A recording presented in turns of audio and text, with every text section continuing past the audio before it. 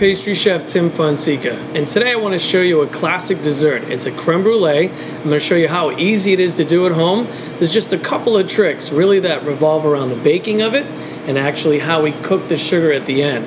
We're going to start with a couple cups of heavy cream, 6 egg yolks, 3/4 of a cup of sugar, and 1 vanilla bean. That's it. That's how easy it is.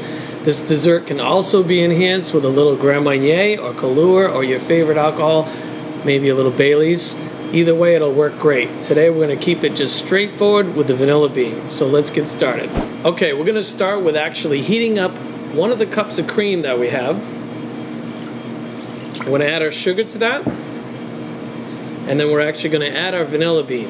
And what this is going to allow is all the flavors to come out of the vanilla bean and the sugar a chance to melt. And by holding back 1 of the cups of colder cream, once this comes off the stove, I'm going to pour my colder cream in there to bring the temperature down, and then I actually get a chance to add my eggs without damaging my eggs at all. So let's do that now. Okay, so now we actually have our heated heavy cream, vanilla bean and sugar melted, and we gave it a chance for everything to get well combined and all those flavors from the vanilla bean to come out. Now I'm actually going to go ahead and add that other cup of cream we talked about to cool it down just a little bit. Now I'm going to take my egg yolks, we're going to pop them right in the bowl there, and then we're going to slowly add this heavy cream back to our yolks. And this gives us a chance to add that sugar and cream that's being tempered a little with the cold cream without actually damaging the egg yolks. Once we get that together, we're going to strain it. And I have one of these fancy strainers you may not have at home, but use what you can, and this will catch the vanilla bean and any lumps from the eggs. I'll go ahead and pour that in here. Once it's strained, put this aside, and then we're going to get these in the oven. Now here's one of the few tricks to creme brulee. I've got a brulee dish which is sort of flat and allows this creme brulee to bake evenly without having too much volume where it won't get a chance to bake in the middle. So this flat creme brulee dish is actually designed perfectly for this purpose. I'm going to pop them right in the pan. We'll do another one. And now the secret to this is the water. We actually bake this with a water bath about 300 degrees. I'm going to pour a little bit of water in the bottom of the pan. If it comes up to about halfway, that's perfectly fine. This is going to protect the custard from actually turning to scrambled eggs. And then we'll give it a chance to bake for about 30 minutes. And then we'll go ahead and finish it with the bruleed sugar. Okay, now here comes the fun part.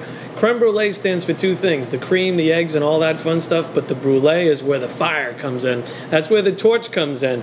And I actually happen to have my trusty creme brulee torch right here. It's a little bigger than the one you might have at home. They provide at some of the stores the little small torches, or if you have a neighbor or a friend that's a welder, you might get the job done a little faster that way. I recommend you stick with the smaller one. So right now I've got an evenly sprinkled amount of sugar on here, and what that's going to do is protect our custard from actually burning. If any of that flame hits the custard without a good layer of sugar on it, it's going to burn, and that's nothing you want to eat. I'm also using a raw sugar, or sugar in the raw, which I find actually burns a little bit more evenly. So let's get to it. Let's get to the fun part.